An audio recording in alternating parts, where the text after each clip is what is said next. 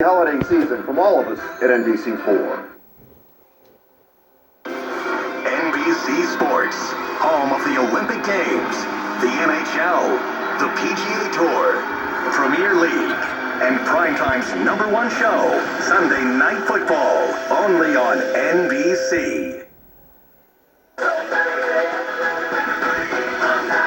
Sunday Night Football on a 39-degree night in Midtown Manhattan. Now, just across the Hudson, it's Baker Mayfield and the Browns to continue their push to their first playoff appearance since 2002.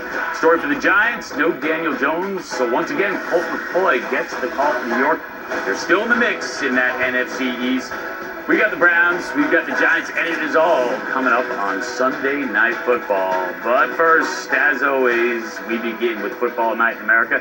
Hello, everyone. Liam Q alongside Tony Dungy, Chris Sims, Rodney Harrison. Above us, as always, Mike Florio and Steve Kornacki is here to break down all the playoff probabilities. Great day of football so far. I'm so excited to start headlines with you, Rodney, because I know how pumped you are. Up you are. Guys, every single week I say the same thing when it comes to tackling Derrick Henry. Don't tackle him high, tackle him low. Hit his knees, bring your arms, and hold on for dear life. He is passionate. He wants 2,000 yards. Hit him low, right in the knees. In Miami, the Dolphins are hot, and it starts with Coach Brian Flores. They're adopting his mentality, toughness. And he made a bold move 8 weeks ago, going to Tua Tagovailoa. They're 6-2 since he made that move. The Bears were done, and now the Bears aren't done. They are back, 2 straight wins, and the offense is significantly better. I spoke to Coach Matt Nagy after today's win over the Minnesota Vikings about what has changed.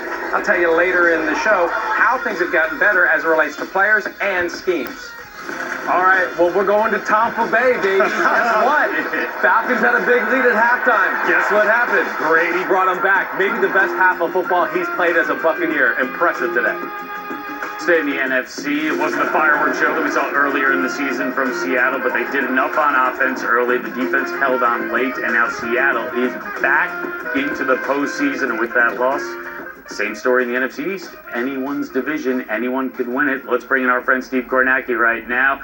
All right, so Seattle, they get the win over Washington. How does this affect things for the Giants and for the football team? Well, it's really interesting, Liam, because this could be, and I stress, could be a very costly loss for Washington that they suffered today. Let me take you through the stakes right now in the NFC East. Washington still, for the moment, in first place. For the moment, they still have the best chance of making the playoffs. But if the Giants win tonight, if the Giants knock off the Browns, that 5-8 would go to 6-8, obviously. They'd be tied with Washington in the standings, and the Giants have the tiebreaker, 2 head-to-head wins over Washington. So with a win tonight, the Giants jump in front of Washington, take first place in the NFC East. You want to talk about stakes? Look at these playoff chances for the Giants right now, 16%. If they win tonight, this number is going to be somewhere in the 40s, over 40%. And if they win, that Washington number is going to come plummeting under 50. Again, it's going to be somewhere in the 40s as well. Those are the stakes for Giants. I know the Eagles are playing right now. If they win, they'll have something to say about this. But it's the Giants with the huge opportunity tonight, and it's Washington that's going to be pulling badly for Cleveland tonight.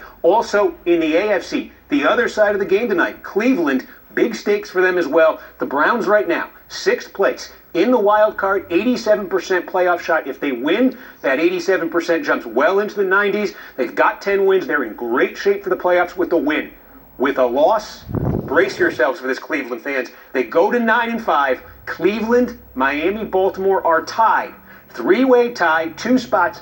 How do you break the tie? Miami would be in 6th. Baltimore, with the win over Cleveland the other night, 7th. Cleveland would fall to 8th and out of the playoffs, for now at least, with a loss. High stakes tonight.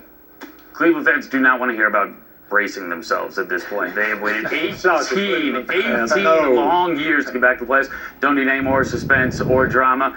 Let's get another take on today's action, and to do that, let's head out to East Rutherford, New Jersey. Say hello to the Collinsworth boys. Jack, Chris, what caught your eye today? Yeah, Liam, well, Sunday Night Football back in New York for the first time since 2016. Welcome back. It's good to be here. I didn't think we'd ever get back, but this is a big one tonight. It is. And earlier today, Matt Ryan, he had a big lead over Tom Brady. Feels like we've seen that movie before. How did Brady pull off the sequel? You know, it's so funny, and I'll just openly confess. I'm sitting there watching the game, and they get to halftime, And all I could think is it over for the Bucks? Is it over for Brady? Would he possibly retire? This is just not happening this year. And 320 yards and 2 touchdowns and no interceptions later, Tom Brady's back, and so is the entire cast of characters here. You know, foresee him not only hitting Mike Evans and Godwin, but Antonio Brown now being a part of that mix. You go, is this what we're going to see? So the problem with the Bucs has been this year, we have seen flashes of greatness, but we have also seen flashes of what is that? So what are you going to get in the playoffs? I don't know. We've been waiting on that moment from Antonio Brown. Saw him get back in the mix a little bit today. Is this the same Antonio Brown that you remember? You know, I think whether it's quarterbacks or receivers, you want playoff experience and you want playoff greatness. And Antonio Brown, come playoff time, is a guy who knows how to get it done. You had to believe it's going to take a little bit of time to get it going. They got it going today. Holiday season in New York. You like spending the holidays in New York? Absolutely. Last time you were here in New York City for the holidays, you were sitting on Santa's knee, boy. I know you can skate. There's the Rockefeller Center football night coming back.